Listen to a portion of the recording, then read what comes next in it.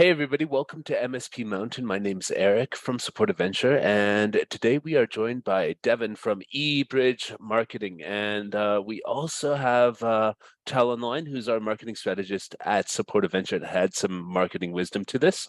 In terms of the analytics and stuff like that, what are the most important marketing metrics and KPIs that MSPs should be watching in terms of their marketing funnels and their sales process? Yeah, so as I mentioned, it's becoming more and more difficult to track over the years here. But the low hanging fruit that we always recommend is contact form fills and phone calls from your website. Mm-hmm. Those are the biggest ones, and you should set up conversions within your Google Analytics to track those things, and so you can figure out where those are coming from. And for phone calls in particular, there are some third-party tools you can use you can kind of how they work is they'll show a unique phone number on the website, and they kind of rotate those through. So if someone clicks on that unique phone number to initiate a call, you can track that conversion back to a specific source. So we recommend those two definitely. Those are the most important. But some other ones that matter are kind of the bucket of engagement metrics. So these are basics too, but time on site, bounce rate, and pages per session. And for those metrics, what's considered good varies depending on your website, but as a very general rule of thumb, time on site, you want to be in the 2-minute range. More than 2 minutes is great. For a bounce rate, you probably want to be less than about 70% bounce rate. Lower is obviously better. And pages per session, you want it to be around 2 as well.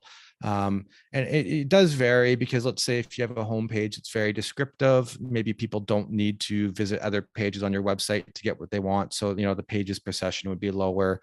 Time on site might be lower too.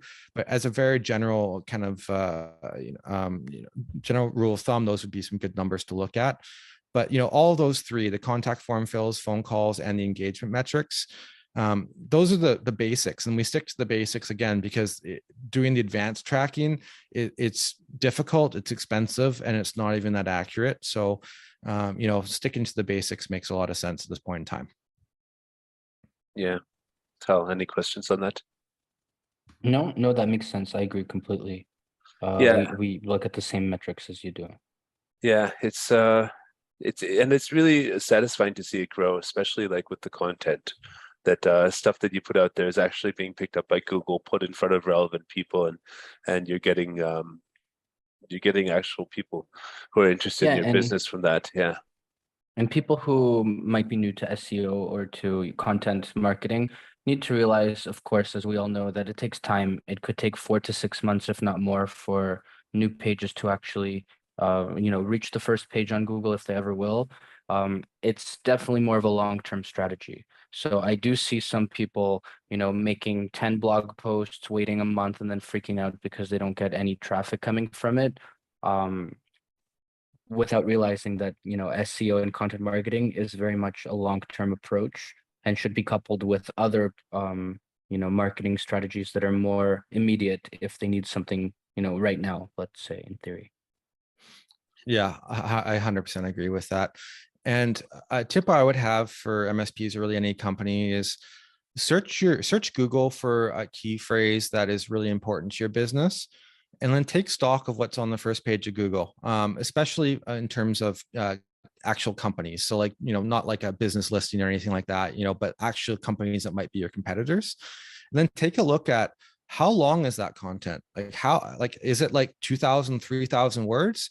Because if so, you need to kind of have a similar approach, a similar amount of content on your website in all likelihood, and if you want to rank on the first page of Google. Take a look at what headlines they have and what sub headlines they have, and not that you should copy them exactly, but there might be some key phrases in there that would give you some hints about what you should include in your own piece. And then it really is a quality over quantity thing.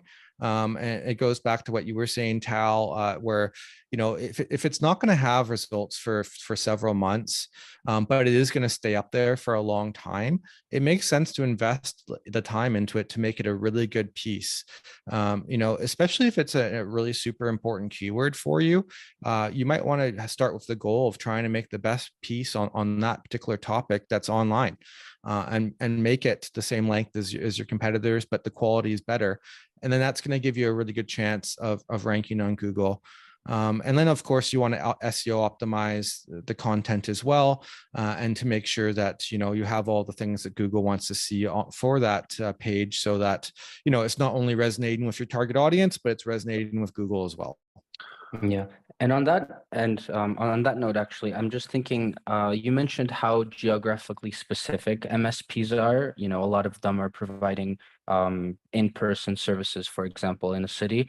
How geographically specific should MSP's marketing be? Like, if they're located in Vancouver, should they have Vancouver on every single page, on every single post in titles? Like, is that something that MSPs should really be focusing on for their keyword research? I would say so.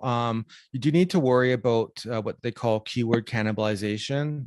So if you have really strong keyword presence on, let's say, two different pages on your website, they're actually going to be competing against each other. So you kind of want to have one page, which is the authority on your website, and then you can sprinkle in those geographic keywords on other pages too. But let's say, for the example of Vancouver, and we practice what we preach here, we have a Vancouver MSP Marketing Services landing page that we have set up on our website.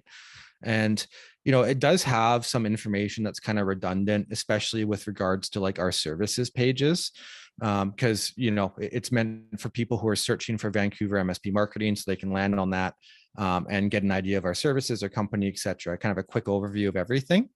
But having a page like that, and you can almost like template it too, where you have at the very top of the page, you have like a paragraph that's specific to that city, make some references to local attractions or whatever it is, right?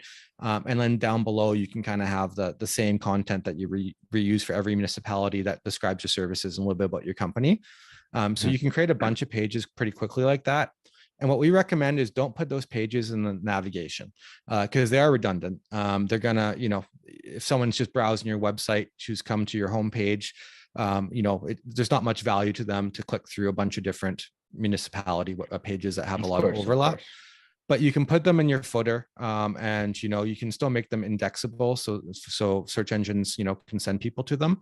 But I wouldn't recommend putting them in your navigation, just so it's a cleaner experience for the user.